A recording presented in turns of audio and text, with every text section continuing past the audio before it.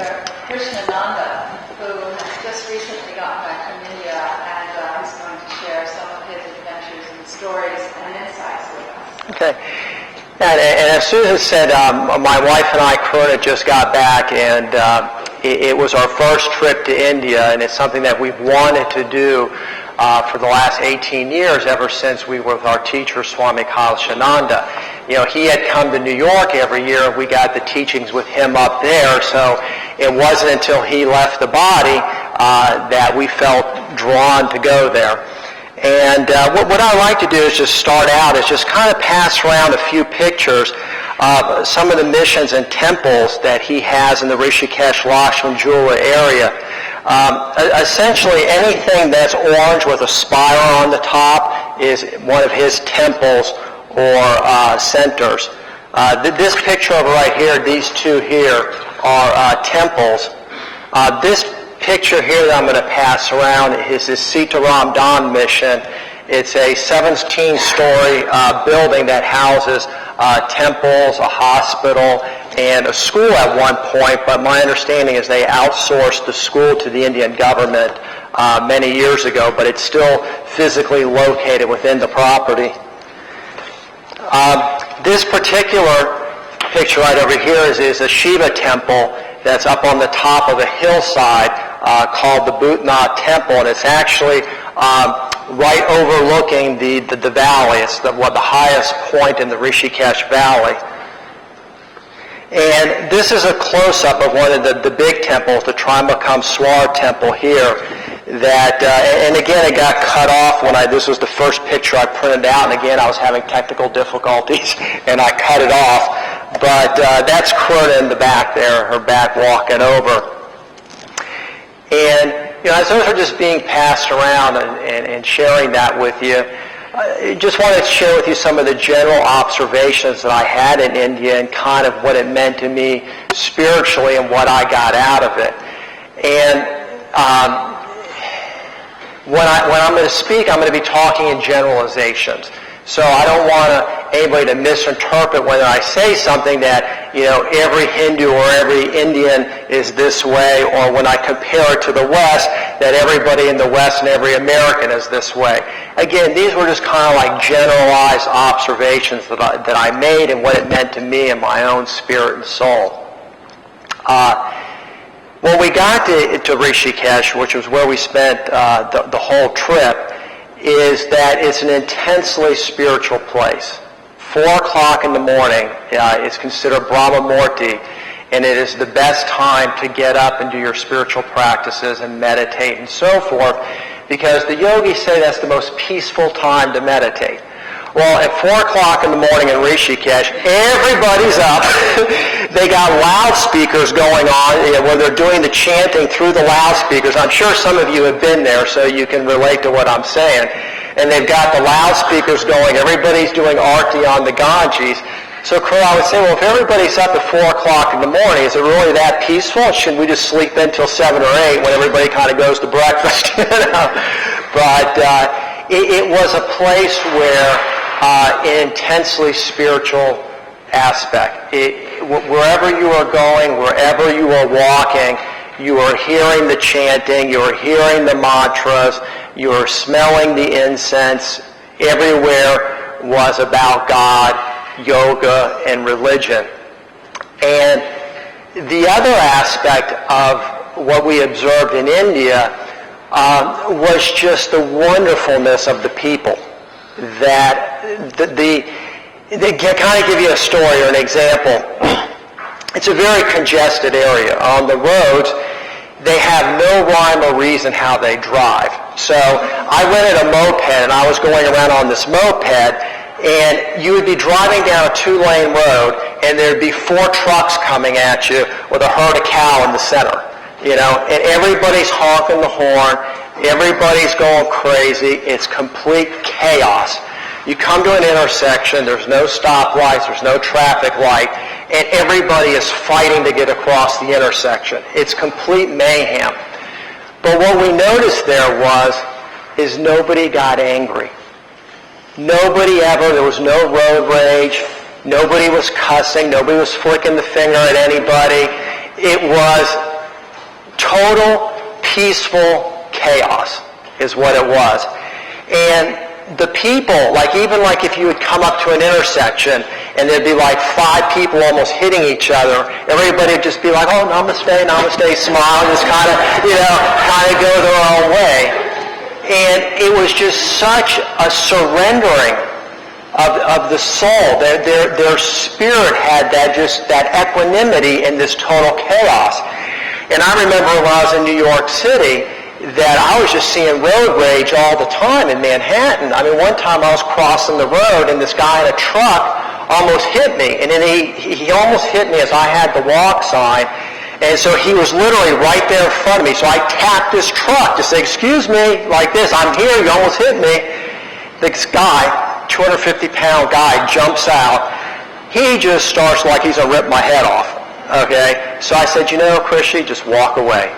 Smile and just walk away. If you even talk to this guy, it's going to get ugly. And this was the difference that I observed between India and America, is I just saw this vast surrendering to the chaos and accepting to what was going on. But then on the flip side, over here in the West, you put us in that same type of situation. People just would get so angry and so frustrated. Another funny story was we went to this town called Hardwar, which is about 20 miles from Rishikesh. And in Rishikesh, it's mostly Westerners. And I'd say probably 50% of the people there are Westerners in Rishikesh. We get to Hardwar, we were the only ones. There was nobody else that was a Westerner. Everything was in Hindi. I couldn't find anybody that was speaking English. And to be honest, I was a little flustered. I was a little out of my element. And we wanted to go to this temple called Mansa Devi Temple. And so we end up bumbling our way to this big temple, and there's literally it's like the Disney World of temples. There's lines of people. They've got a tram that takes you up to the mountain to go to the top of the temple. And there's all these lines where you got to buy the tickets. And I was totally clueless. And luckily, God sent a savior for me. This elderly Indian man and his family were there, and he spoke perfect English, and he totally befriended us and explained to us how to navigate this situation. And he was explaining to us Mansa Devi Temple, that it's the wish-fulfilling Devi. And that, you go and you make your offering to the Ganges, and then you go to this temple and you'll get your wish fulfilled. And he says, personally, I think it's a bunch of garbage, he tells me. He says, but my wife is really into it. He says, you want to serve God? He says, don't throw the rice into the Ganges, go feed the poor people. But he was more the modern Hindu. And so I said, but you should be happy. I said, your wife's going to get her wishes fulfilled. I said, what did she wish for? And he says to me, well, like any good Hindu wife, she wished that I have a long life and that she should die before me so she can serve me till death. And I was just like, okay. I said, well, in America, the wife would probably be praying that you die young and leave them all the money. So, just again, kind of the difference in the people and the temperament that I experienced. But what I did notice, though, in India was a complete disregard for the material side of life. The pollution is unbelievable. The filth is unbelievable. Side to side, next to all that spirituality, you'll have piles of trash all over the road. No sanitation system. There's no garbage pickup. What they do is they throw the trash out in the road. Whatever the cows don't eat, they break it up into a pile. Maybe they'll burn it. Maybe they won't burn it. Just depends on how they feel that day. The poverty, you'll see an intense amount of prosperity of very wealthy locals. And right next to it, you'll see an entire shanty town of people with nothing. And the children running around with no clothes, half starved to death. And you see right next to this deep spirituality a sense of disregard for the material aspect of life.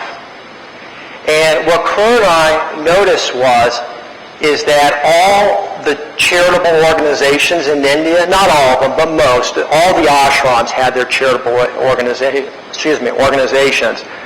But most of the charitable work was being done by Western organizations going there. And there seemed to be a disregard by the locals to want to help all this impoverishment or all this lack of hygiene.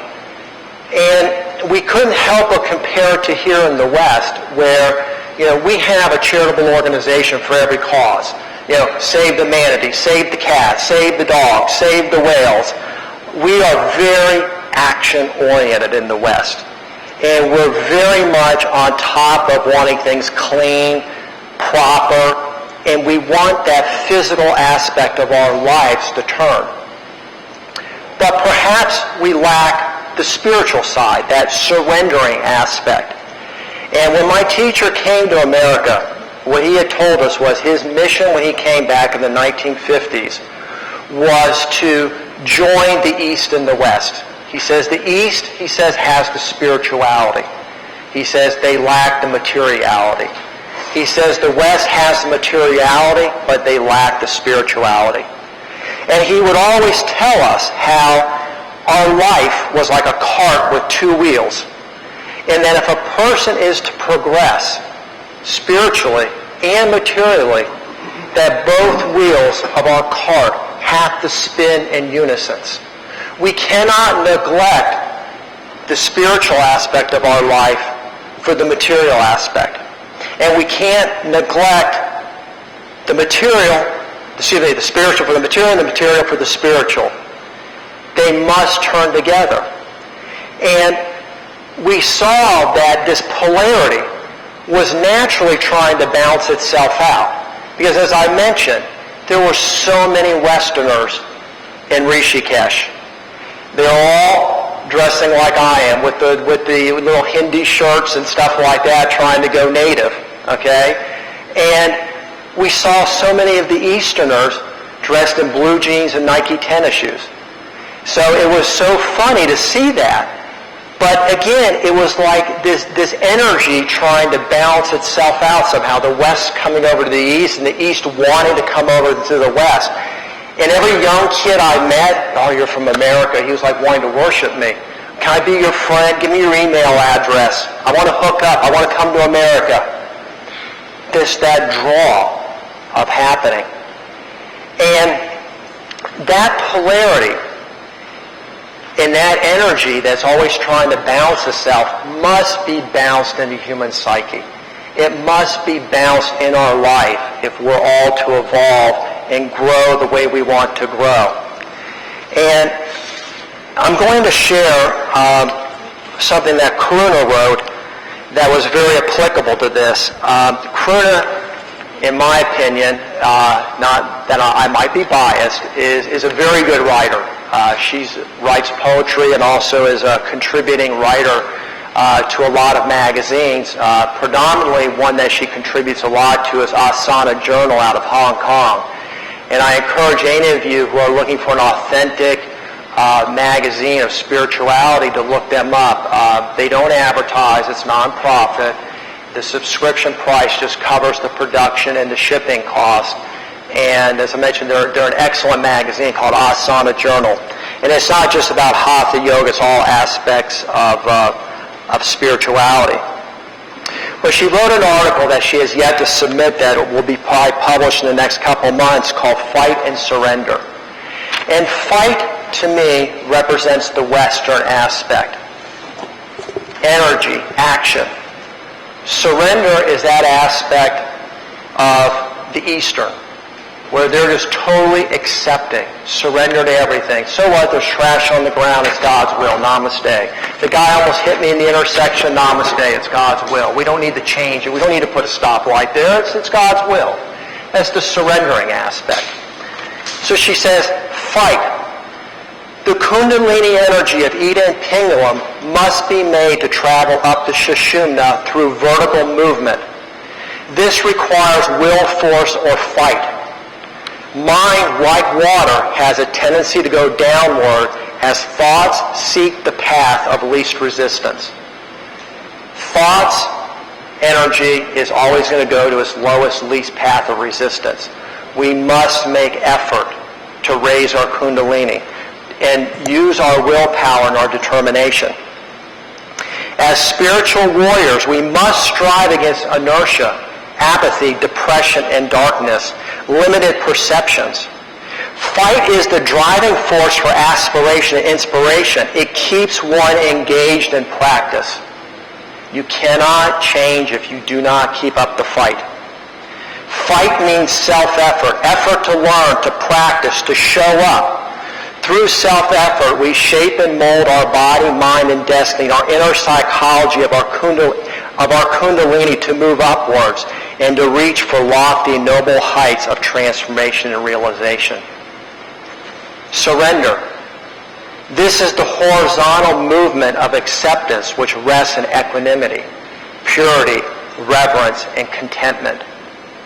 It is a release of expectations, manipulations, fear, assertions, preconceived notions, attachments, ego, and selfish desire. Surrender helps us to remain open, relaxed, and receptive in all situations. It is not a neutral energy. It is a conscious detachment from what brings pain. So it's a force. It's an effort in itself, but it's a letting go. But that has to go hand in hand with the fight. Father of Taoism, Lao Tzu, has this to say about surrender. When I let go of what I am, I become what I might be. Poet Saint Kabir says, nothing is mine within myself. Nothing is mine within myself. Whatever is there is yours, O Lord. If I surrender to you what is already yours, what does it cost me? Then she says it is our job to find the balance between that fight and that surrender. And what is that balance?